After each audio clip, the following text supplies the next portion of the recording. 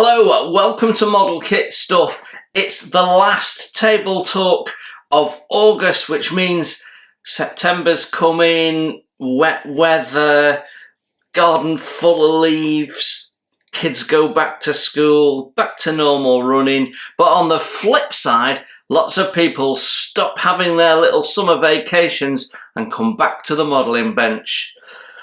Let's do table talk.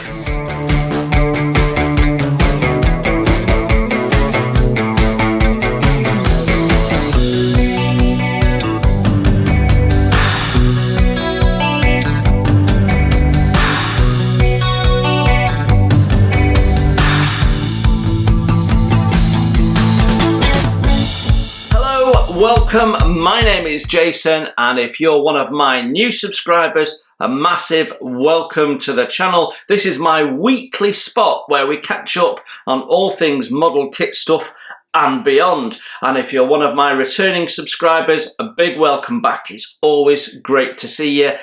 I love doing this because of you guys. Right then, let's get stuck in, shall we? I'm recording this a little bit earlier than I would normally do in a week. I'm still on my 2 weeks vacation from work while I have some fun time with the kids and my partner before they all go back to work. My partner works in a private school. My youngest daughter is going back into her second year of high school, and my eldest daughter will be returning to her final year at college.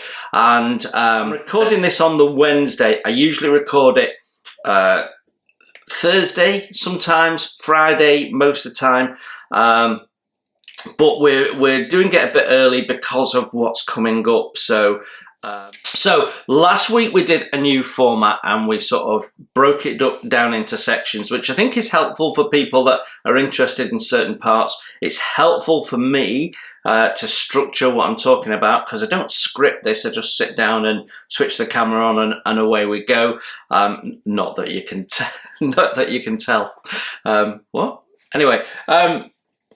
Yeah, so done that. There's a couple of things that are new, and they're going to take a few weeks to bed down and settle down. So we did a new section on kit releases, and I watched it back on Saturday and gone, why have I not put pictures of the model kits I'm talking about there? Why did I not do that? Don't know. We're going to do that going forward. So, like I say, it'll take a little bit of time to bed down. But yeah, so helpful for me as well as helpful for you. Now, in events that have happened this week, on Monday it was my birthday, and firstly, can I just say a massive thank you for all the birthday wishes I got across several videos. I got some of them early on last week's table talk. I got some of them on Monday on the Endeavour video, and I've had others during the course of the week. So thank you so much for the birthday wishes. 54, it suddenly feels like we're accelerating through life. I could do with it slowing down. You know, it's like life hasn't seen the size of my stash. What's it playing at? So yeah, I had a really nice birthday. One of the things that we all do is we go to our local ice cream shop. We're really lucky. We've got the country's best ice cream shop really locally in Chorley, Fredericks. It's been going for well over 100 years. Lots of history there. And in the summer, the queue outside the shop is absolutely huge because it's actually only a very small shop. They could really do with finding a way of expanding it, and almost every time we go it's got a different seat arrangement because they struggle a little bit, to be honest. But yeah, so we went to Fredericks, which is our local ice cream shop in Chorley, and here we all are.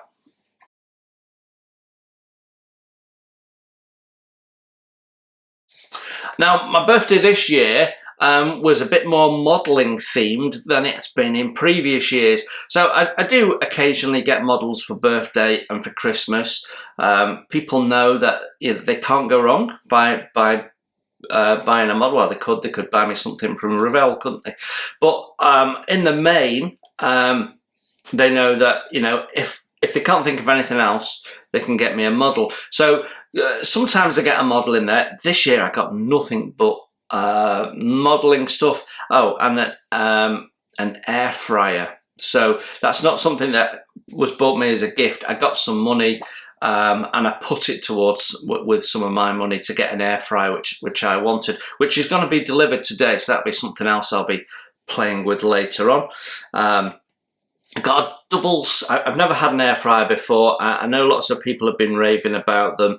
I love my cooking. I do all the cooking, and during the course of the holidays, I've been doing meals that take me a couple of hours to prepare because I don't have that luxury. When everyone goes back to school and we're working, it's a matter of, you know, I've got back in at 5 with my daughter, and then we need to eat in the next hour and a half.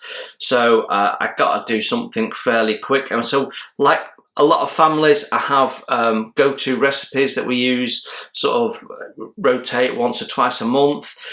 So I have a sort of a list of recipes, but at the end of the day, it's nice to do something else. So I've been getting out some of the older Jamie Oliver cookbooks and going through some bits and pieces. So we've eaten some stuff that I've not cooked before, or recipes I've not cooked before, which has been fun. We've had mainly hits. We've had, I think, one miss maybe in there where I enjoyed all of them, but the kids, well, they're kids, aren't they? But yeah, in the main, all good. So we've just been having a lot of fun, and the air fryer is something I wanted to try. So I've got a double one, but this one, rather than it being really wide and taking up loads of your workspace, it's double stacked. So it's really narrow and tall, fits under the cupboards fine, and doesn't take up a load of workspace. So brilliant. So there you go. But I got 5 model kits. I got 4 on the day. One that came the day after, so wasn't in the little sprue teaser that I did as a short. But this one was. What we'll do is we'll show you these over the next few weeks. So this is one of my birthday presents, but I also got some other bits and pieces as well.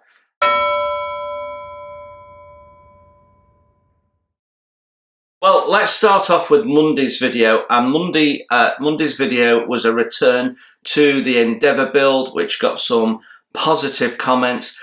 It's not the most popular build series that I do because most people subscribe to the channel are subscribed because of plastic kits, but there's a good tranche of you that are interested in wooden ship building, and I got a lot of positive comments when that came back, because had a short break while I was doing the lifeboat and the bulldog and what have you.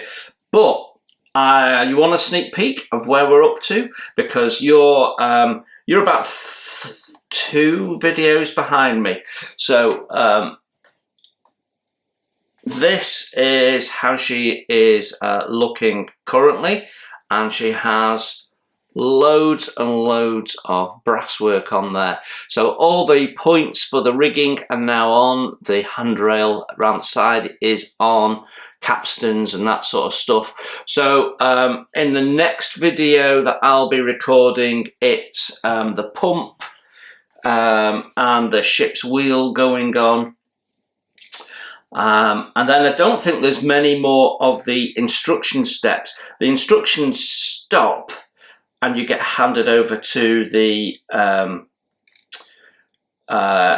instructions when you get to the rigging. So I think we've got the ship's wheel, the pump to go on, then we do the sails.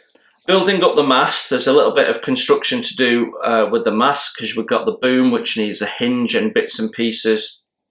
But it's a beautiful, beautiful kit, and the end result is really, really nice. And yeah, it'll be nice when that's finished, because it's been a little while since I finished a wood build.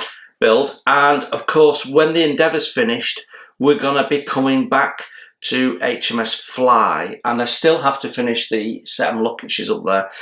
Still have to finish the second planking on that. She's probably collected a little bit of dust, so we'll have to give it a bit of a clean up and then come back to it. There's a bit on the bow I'm not happy about. It's not coming together correctly, so I've got to do some work on that. So I've probably got a little bit of work to do before we start filming again and do some corrective action, but we'll do all that, and then Fly will come back and you'll see. My intention is that every Saturday to be working on something wooden, and therefore you should have every other week an update from Fly.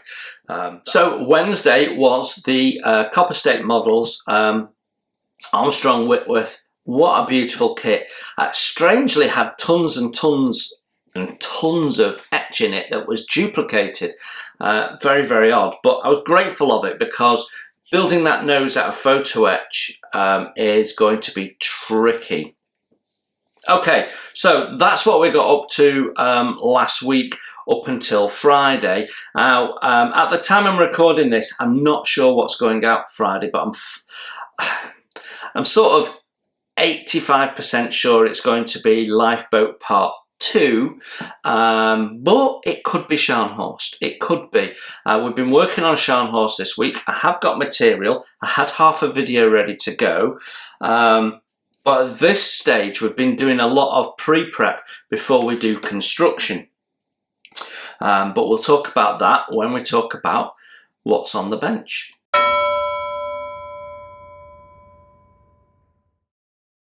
Right then, it's the part of the video where we talk about what's been happening on the bench. But before we get to that, I thought it would be nice to just talk about the picture you've just seen. So all those pictures have some form of meaning, to me at least, in some weird way that has a connection with what we're talking about. So the first picture you see, which is about what happened last week, it's a gun, which it's a photograph I took. The cemetery sort of represents something that's in the past, and we're talking about what happened last week.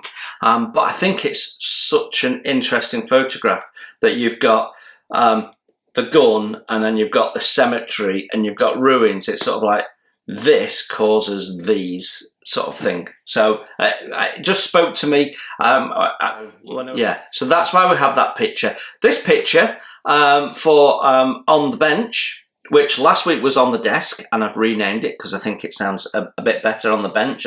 More people use the term bench than desk or table. Is Alice, my youngest, taken a few years ago now. I would say 5 maybe, and she's got her little Humbrol workstation, which I keep intending to do a video on, and I think she's working on her it's either a Tempest or she built a little Airfix sports car. It's one of those, but she's really concentrating in that picture, and I thought, you know what, it's a good way of introducing what's going on the bench. So that is why that picture pops up. Right, let's get back to the main event. There we go. What has been happening on the bench? Well, on Friday night, when the video of the first part of the Shannon class lifeboat went out, I was doing some painting on the tempo, and we did some painting on the interior. I won't show you that this week, because I did put a little picture up on, I can't remember if it's short or on Facebook. So on my personal Facebook page, some of you are connected on there. So I don't do a lot on Facebook, and I don't follow anything really on Facebook anymore like I used to. Partly because I haven't got time, partly because managing Facebook is really difficult, so that's why I don't have a Facebook channel anymore. Used to have, don't have anymore. So yeah, we'll leave it until we come back to the tempo and we've got a bit more built up. So we last week we'd done painting figures and painting tempo, and the painting figures is going really well, really happy with it. This week we have done some Endeavour, as you've just seen, and pushed that forward. So that was Saturday, and then from Sunday until now we've been working on the Scarnhors. Now, a lot of what we've been working on is little parts, deck fittings, which are all being sort of painted up. So I've got loads and loads of little parts that all need to be fitted. I've got a couple of parts. These are the stern capstans, which need to be painted up in the same way as the ones on the forecastle. So all of these little parts that have been painted up. So the next stage will be me fitting them all in, and I'll show those all being fitted in some video. And then we've started working on superstructure. So this isn't glued together as yet, but I've come to the decision that I need to. So we have some little pieces that go in there, and it fills it all off. And the reason is the model, guess what? It's wrong. Would you believe it? Trumpeter got something wrong? Never. So you can see, firstly, we've got doors missing. So we've been adding photo etch doors, which were completely missing, not included by the MK1 set. MK1, they don't do the research as well as Pontos, but they do their products better than Pontos. Bit of a shame, but there you go. We've got scuttles on. You can see that in the light, I think. Let me move that over. There you go. And you can see there's a little bit of scratch building on because there's some a ventilator trunking that they're completely not put on. I've moved the light now, and now I'm going to have to sort it out. There we go. Yeah, there was some trunking. My intention had been to build this and build the bit behind it and build up in levels, which is my usual way of working. But there is some trunking moulded on here on both sides. So just about there where my finger is, on both sides. MK1 set ignores the trunking. The trunking doesn't exist. So I don't know if this is another issue because the Scarnhors kit is heavily based on the Gaahleri kit, and therefore the hull is completely wrong, and so there's other inaccuracies in the superstructure. There's not many, but there is. Lower superstructure mainly.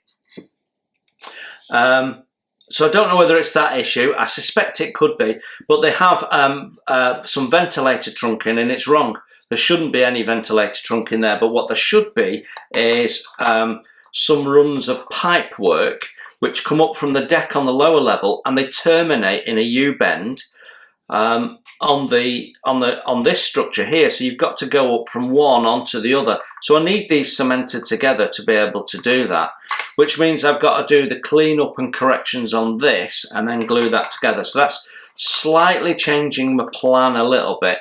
But all this is a standalone section anyway, and in the instructions we sort of build this up ready for installation. So it's not a major issue. It's slightly changing my intended way of working, but that's because as I'm going through the anatomy of the ship, I'm finding details that need to be corrected, moved, added.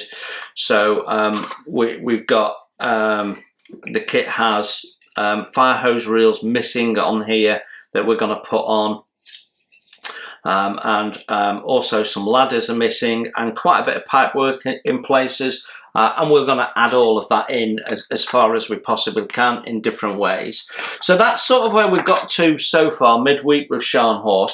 I expect by the end of the week we'll have all the deck fittings on, so we'll have finished with the deck prep. And we'll have done more with the photo etching. It's time consuming. Building a ship when you're at this scale, when you're putting lots of photo etching and you're scratch building because you want the detail to be as accurate as possible, it takes up a huge amount of time. It's a lot more time invested than a 132 Gota from Wingnut Wings. Hugely more. You know, there isn't any other modelling genre that is quite as time consuming as shipbuilding.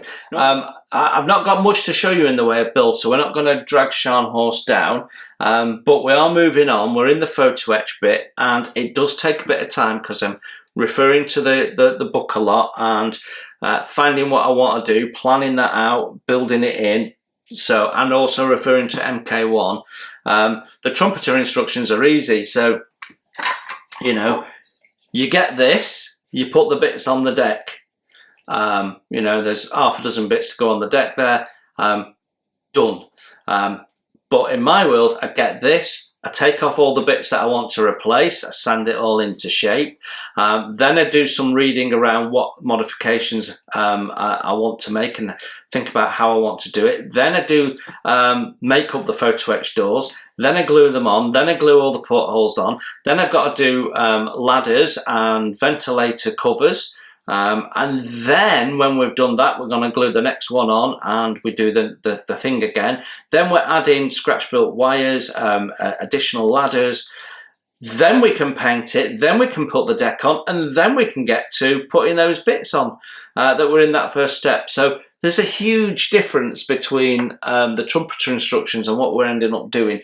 So what I'm getting to is it's a little bit difficult sometimes to keep the momentum of having a video every other week on the Scarnhors, just because of how involved one step can be. So I do occasionally need to do a quick little build and to do something extra, and it may be why we might do a run of 2 or even 3 weeks of the lifeboat videos, just to build up some more material on Scarnhors. So lifeboats ended up being 3 videos, much to my surprise. I thought it'd be 2. But I made a little discovery this week. So I was cleaning out my iCloud of photographs. So periodically, twice a year, I go through it and I clean up, and I get so far and then I go, you know what, I've run out of time. This time I thought, you know what, I'll start at the very end, and I went right up to my oldest pictures.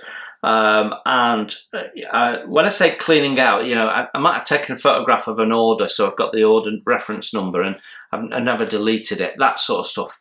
Anyway, I came across my first video that was never intended for YouTube. It was done before I did a YouTube channel, and I had intended to do it for a website.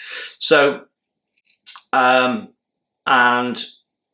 Facebook. So originally, back in the March of the pandemic, so pandemic started in February 2020. In March 2020, I did a video which was intended to go onto a web page and go onto Facebook. And the plan was I'd post the videos on my Facebook page. I'd created a channel, Beginners Modelling for Beginners, and I'd recorded this series of videos, and then they were going to be put on there and then put into a web page. So the web page would have the link to the Facebook, and then I'd do some more non-beginner videos for the web page. Was the original plan. Well, by the time we got to November of 2020, I'd gone with the YouTube channel. So I never used the videos, and I'd forgotten that I'd done them. Completely forgotten till I found them. And it's a complete build series of Airfix's 1/72 scale bolt and pull Defiant from start to finish. Yeah. Nearly 3 hours of video footage there. So I've dumped it all into my editing software. There's 3 hours there. So that's potentially 3 build videos on the 1/72 bolt and pull Defiant, which I did in all over black as the Night Fighter version with the shark's mouth, and it's a proper lovely looking kit when it was finished. So I've got some extra material, a build we've never talked about because I've had no need to, and as many of you know, I've since built the 148 kit to build up. That's how much I enjoyed the 1/72 one. So we might be squeezing that in. So when there's a little bit of catch up needed on the Scarnhors, we're going to put that in. So I'm going to edit it, leave it in the background, and then we'll put it in. So it's the first ever model kit stuff video that was never shown. And actually, it's not bad. It comes across quite well. and it's been done in a beginner's way, so I don't do that format a lot for a whole build as a beginner's build, but and we deal with painting with a brush, not an airbrush, and how to build up the layers of paint and get it there. And it's quite an in-depth video, and I've not watched it all. I've just dipped in and out of bits as I was loading it up. So yeah, we've got an extra build that I wasn't planning on that we can put in. Maybe some point this year to space out the Scarnhors a bit while we get more footage and get some momentum going.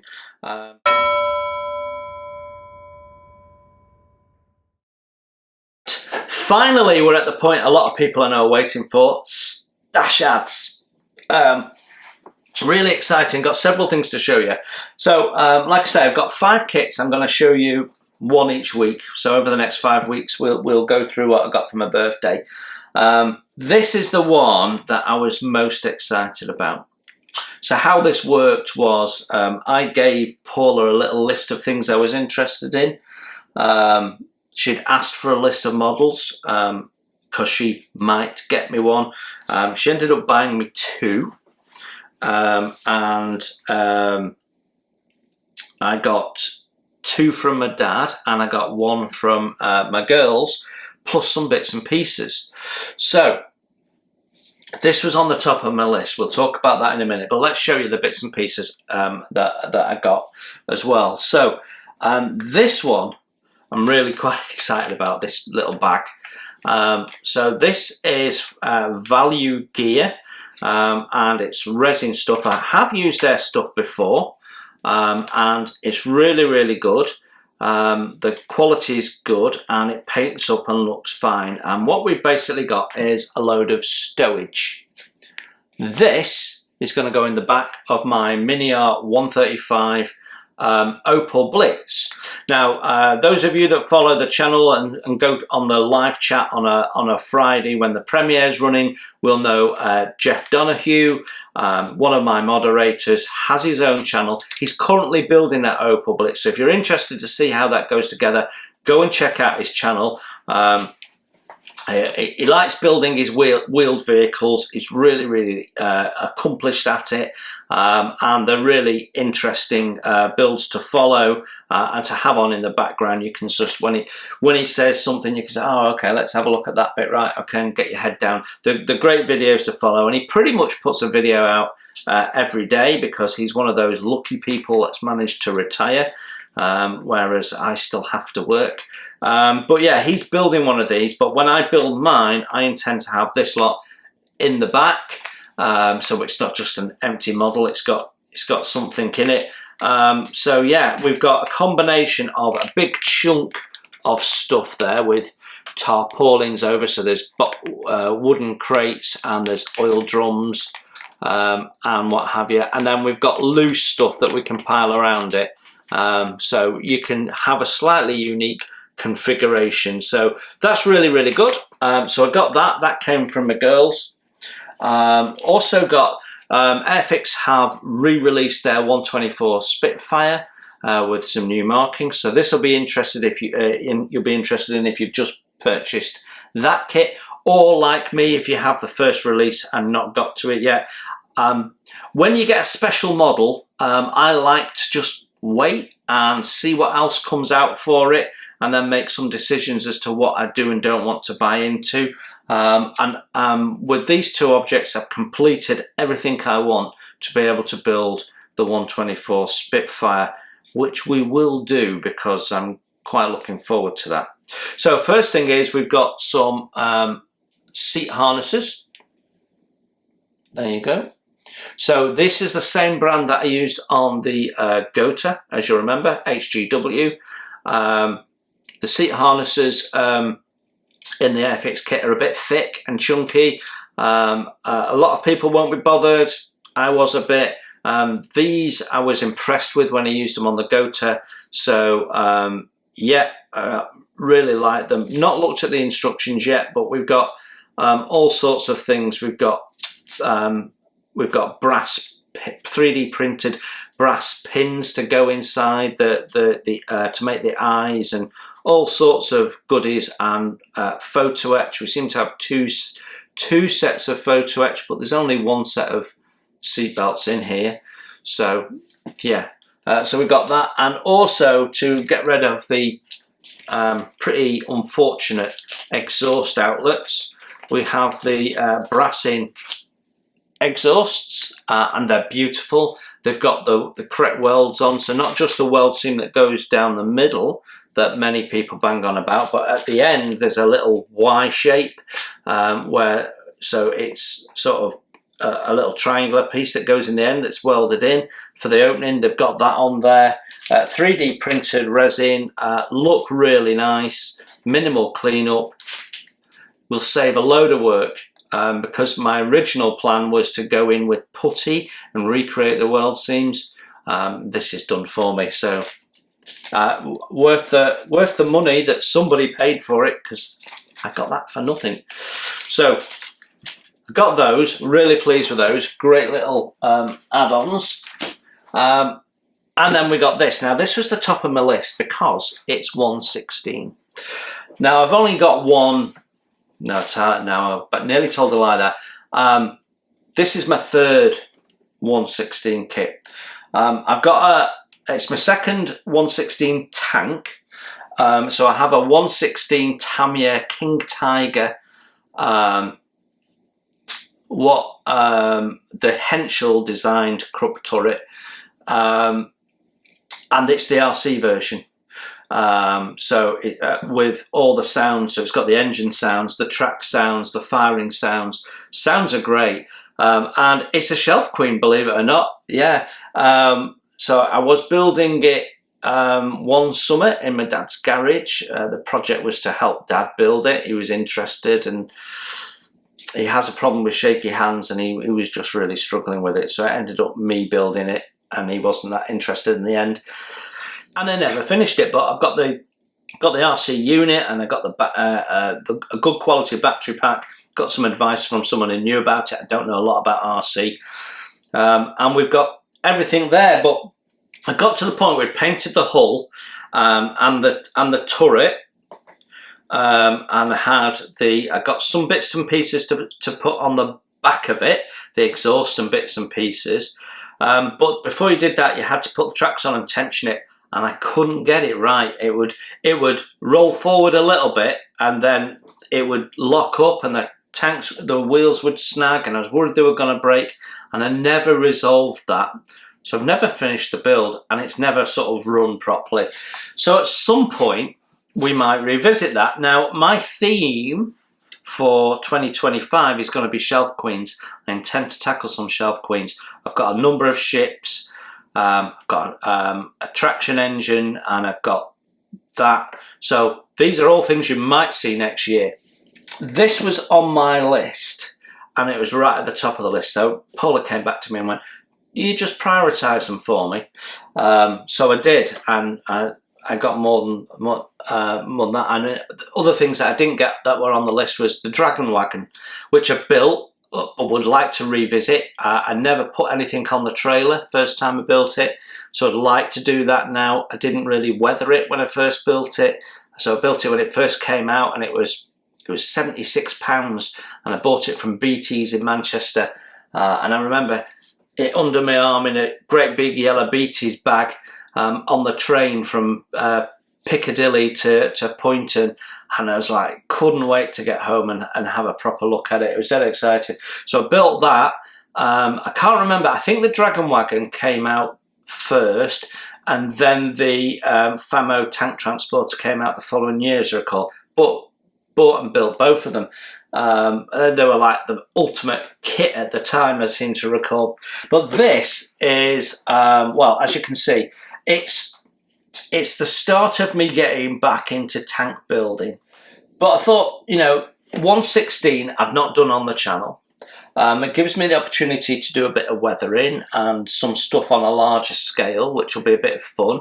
I know people are interested in 1/16. There's more and more kits being released in that scale. So I thought it was probably the right thing to talk about it. But it's also not too big to be on the bench and to film. It's not ridiculous. I'm glad that we're seeing some 116 vehicles. It's just a shame they're not putting lots of detail in. And this doesn't have any detail. There's no engine, there's no interior. But what I have got, what I've purchased and is coming separately, is 2 resin figures for it, which are designed for this kit. So we'll have a tank commander, and then we'll have a chap sitting out here in Africa Corps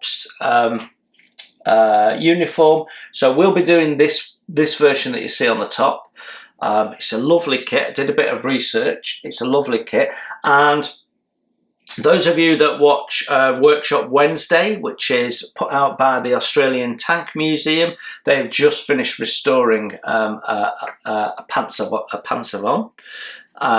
And you know, that was fascinating to watch, and so that had been sort of inspiring me. I spotted this. This kit came out, I think it's about 6 years old now. Is it something like that? 2019, I think. It says Jason 2019 on that. I'm fairly sure it's a 2019 kit. So yeah, I've had a look inside, and yeah, really interesting. So looking forward to building this. We haven't done 116 before.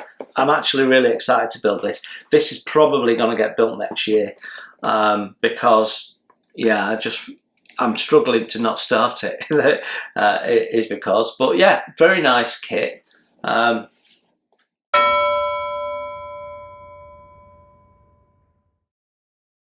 kit news. This is a slot.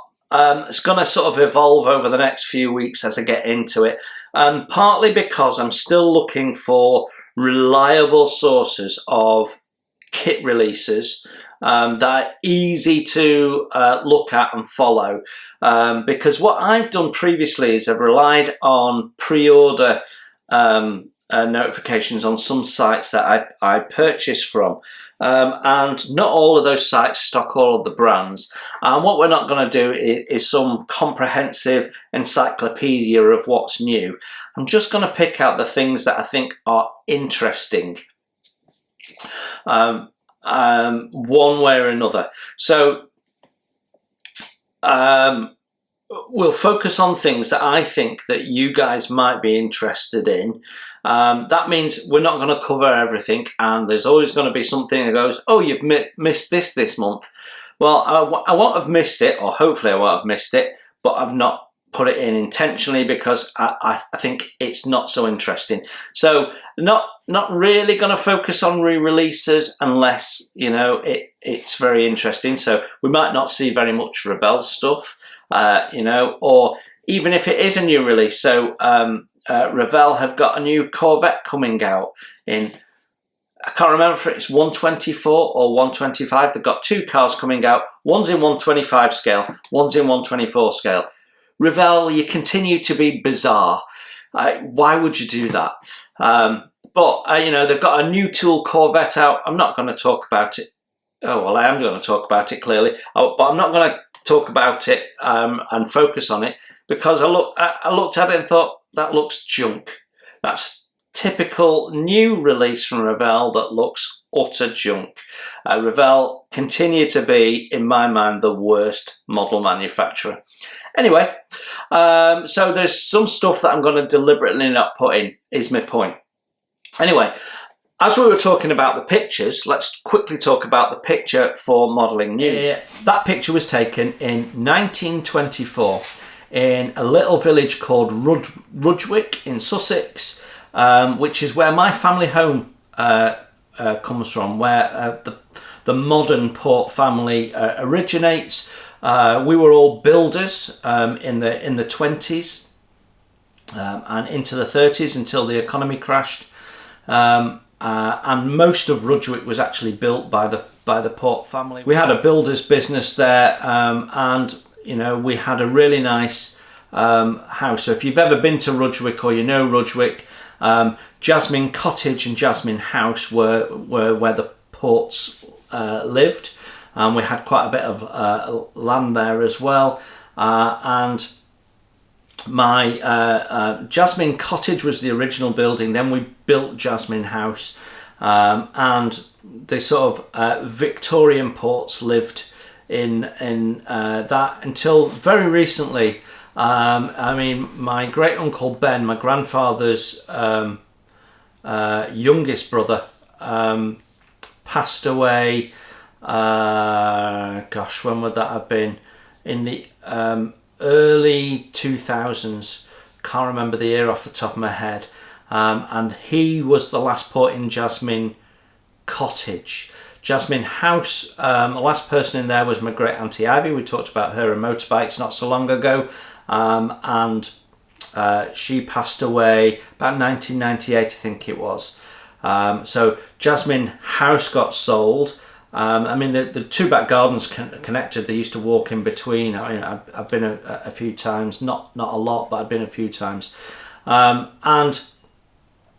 then they sold, and they left the ownership of the ports. And then whoever's bought it has now sold the land and built another house that's an absolute carbuncle next to it. But anyway, that picture has actually got my grandfather in it. So the little 6-year-old boy sat on the steps is my grandfather, which is why I know the exact year that photograph was taken. Sat on the steps of Humphrey's store. Now, that's now a house again, but the steps are still there. They built a wall over them, but the bottom of the steps are still there. And Humphrey's store, the story goes, my grandfather had been sent to get some stuff from the shop. So he's got this little basket and a shopping list, and he would go down to Humphrey's store, hand over the shopping list, they'd put the stuff in, and then there was like a tab that would get paid. And he was there, and they'd organised to have this photograph taken, and Mr. Humphreys, who ran the store, asked my grandfather, would you like to be in the photograph? So he sort of said sure. So he sat on the steps with his basket, and Mr. Humphreys is stood in his doorway, and there's Mr. Crisp, the postman. I'm not sure which one of them was Mr. Crisp, but one of them was. I think it was the thinner one with the moustache, and one or two other people. And they took this photograph, and that was sold as a postcard in the shop for many, many years. And I remember my grandfather, when I was sort of doing his memoirs, he said, I don't remember ever getting any money for being in that, but that postcard was sold in that shop for many, many, many, many years. So yeah, that's the story behind that. And why I'm using it as the picture for modelling news is because they all are stood at the camera, and they all look like they're waiting to find something out. A bit like you guys are now while I'm waffling on. So let's do modelling news. I'm going to revisit a couple that I did last week so we can put the pictures in. So due for release in November is a new tool, Panzerkampfwagen Aus A, from Tamiya in 135 scale. I've got it on pre-order, so we will be doing a kit review of that one.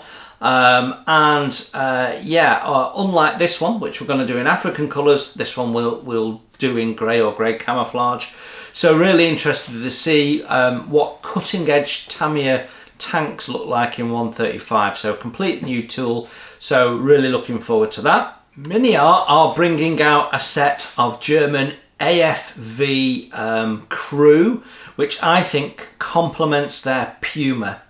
Though it doesn't explicitly say that on the box, looks like they will. So again, I'm going to purchase these so that they can go with my Puma, and that because I've got the full interior Puma, we've got a little diorama. So again, special kit. Let's just wait and see what comes out. So we've got these figures, and that means we'll be able to install them into the tank and into the vehicle as we go. So a lovely addition to the Miniart range, and probably there's such a Miniart are continuing to release lots and lots of different variations of the Puma.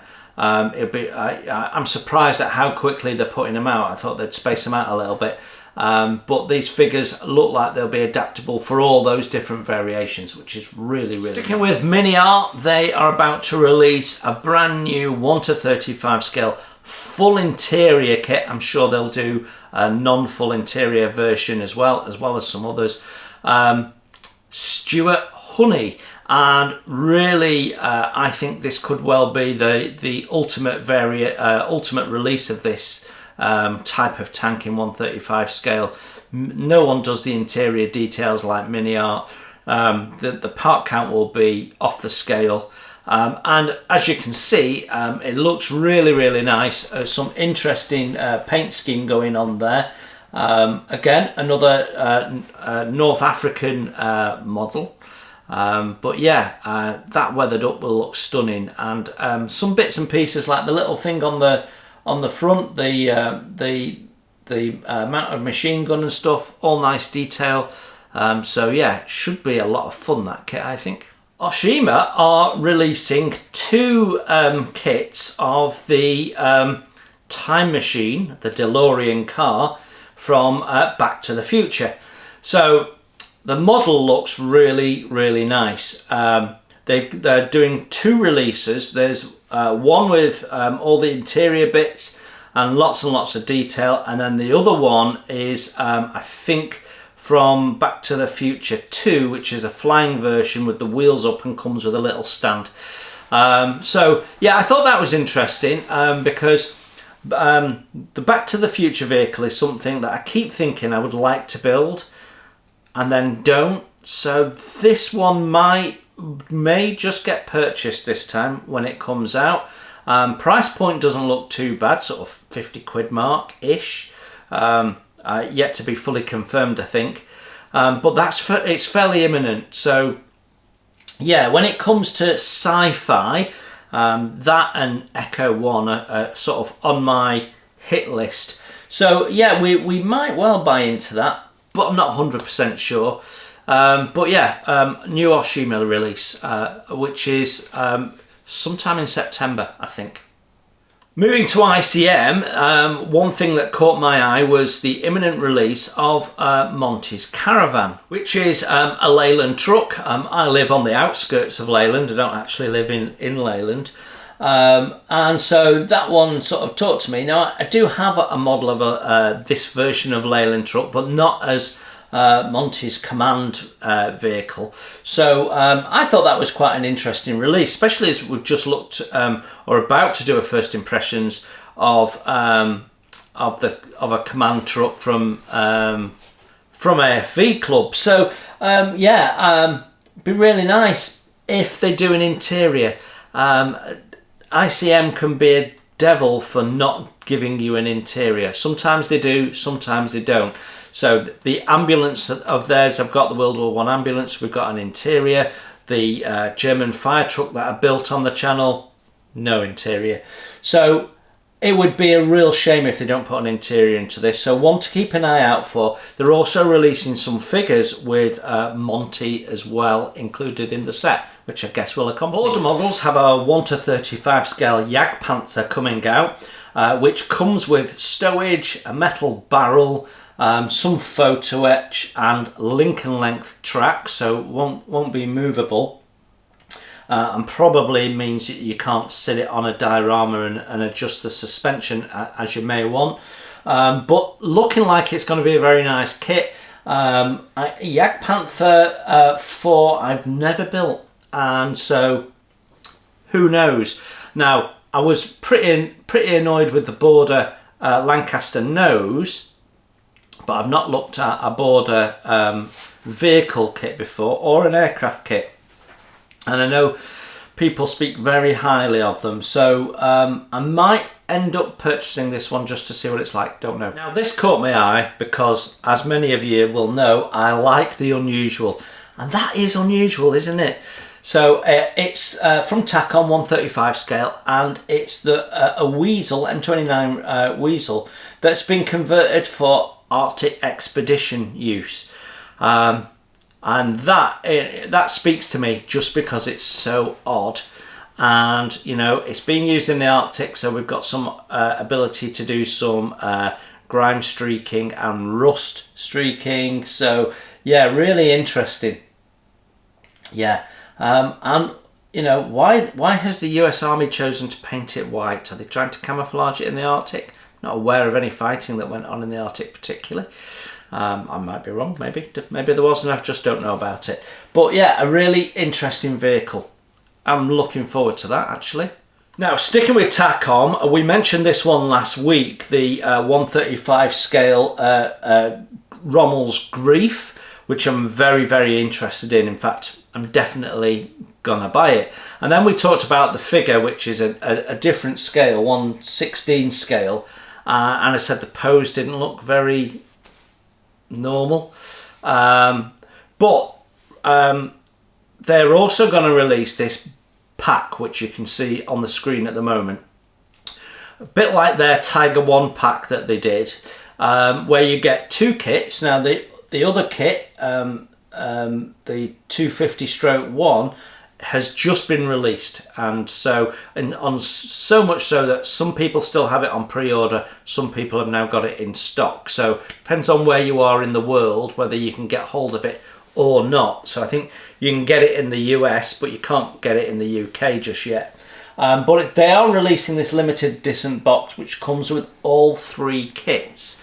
So that might be tempting, just to see what you get in the box. Very interested in that vehicle. It's a nice looking vehicle. I absolutely want to build the Rommel one, but I might get the multi-box so that we can review it on the channel, and then we'll probably sell off the 1/16 scale figure, and maybe keep the other grief for a future project. Don't know. But yeah, really interesting. If you like your TACOM kits, or you're certainly like me, you're interested in the Rommel North African campaign, an interesting model, I think. So yeah, really looking forward to what they do with that. We talked about last week, but I thought I'd mention it again because I can show you the picture, because I didn't bother last week. Shame on me. This is the Gecko patrol air cushioned vehicle. It's a hovercraft, you know, it's what it is. It's a hovercraft, great British invention, which the Americans really took to. But yeah, look, again, it's unusual. It's a really lovely looking kit. It's almost definitely ending up in the stash. Can you see a theme here with all these new releases? But yeah, it looks like a really nice kit. Not too big, should be a fun build. And I think it looks really awesome with the big pumpkin jack smiley face on it. So yeah, that I think we're definitely going to be reviewing on the channel in the near future, as soon as it comes out. There you go, that's it for model kit news for this week.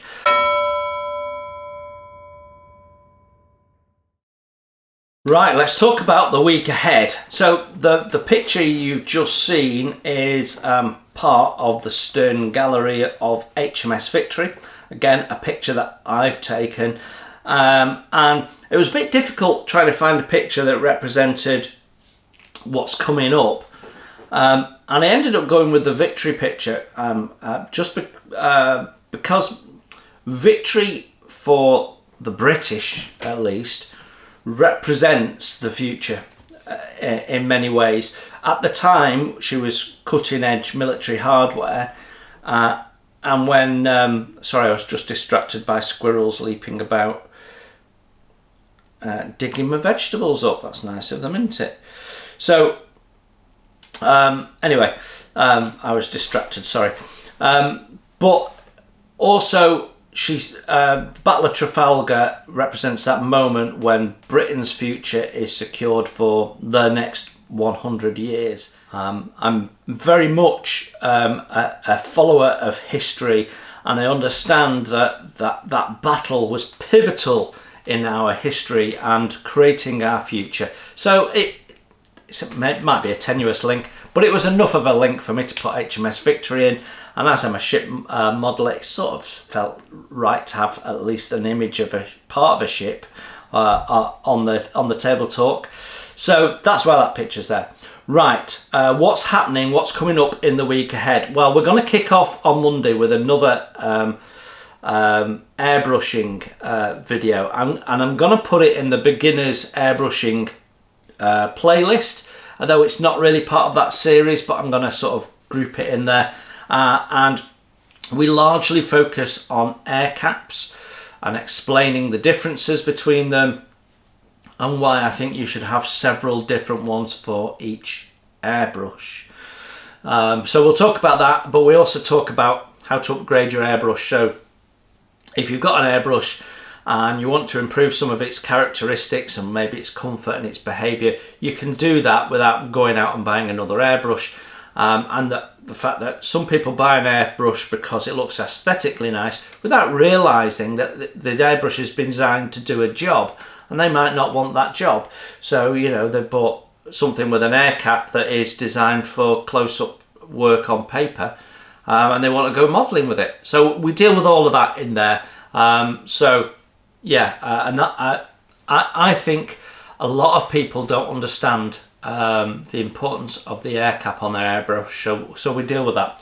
So that's Monday. Then we've got a vintage Matchbox kit review coming out on the Wednesday, and then Friday, I'm not sure. It could be Lifeboat, it could be Scarnhors. I'd very much like it to be Scarnhors, but it also feels like, because we've had the first two of the Lifeboats, that really we should finish that build series off. So I don't know. It could be one of the other. Depends on whether I've got enough Scarnhors stuff recorded and have had time to edit it. We will see. So it'll be one of those. So that's what's coming up in the week ahead. Yeah, I don't think there's anything else that I'm likely to pop in. So that's our next 3 videos before the next table talk.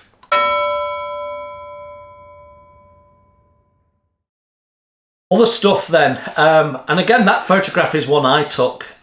So last week we all went out for lunch. We had a really nice lunch, sort of to kick the 2 weeks off, and that was my treat, that strawberry tart. So what you saw there no longer exists because I ate it.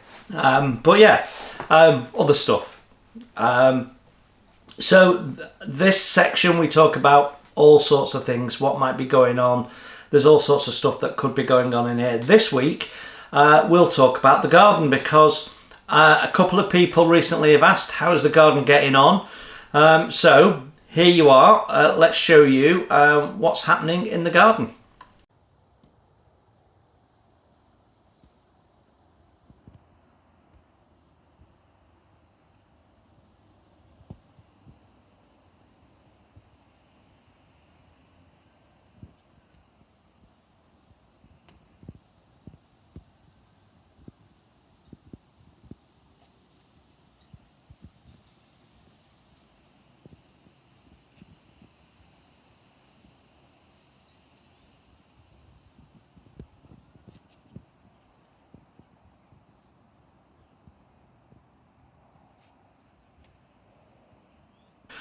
So I'd shot that just after we'd had a tidy up session in the garden and before this week's week of rain. So yeah, the garden's okay. There was lots of stuff we planned to do over the winter that we just didn't get around to. So we're still planning that effectively. Wanted to put a water butt in, we didn't get around to it. Partly because the menopause has taken a lot out of Paula, and it's sometimes difficult for her, quite often difficult for her, and she has problems with her hip and her energy levels and overheating, and we've spent years working through it and getting it right, but it still leaves her not feeling as good as she did before the menopause. It's a terrible thing, really. So even though she's in a much better place and it's managed as best we can, it still affects her. And this winter gone, yeah, she was struggling, bless her. So we still plan to do some stuff this winter. My borders that are wood are starting to rot. They were only ever put in as a temporary fix when I first designed the garden. So I did do a diploma in garden design. I was going to work for myself as a garden designer at one point, and then got offered a job that paid a nice amount of money, so I didn't. But I got the diploma, so I did design the garden myself. So yeah, a lot of work we need to do, and if we don't start chipping away at it, it'll all pile up. So hopefully this winter we'll work through some of that. But yeah, garden's ticking over quite nicely. We've spaced some stuff out. Yeah, not bad. not bad. But the vegetables have been dreadful this year because we just haven't had any sunshine. I've had no success. So I was really glad that we'd put some herbs in this year because they've done really quite well.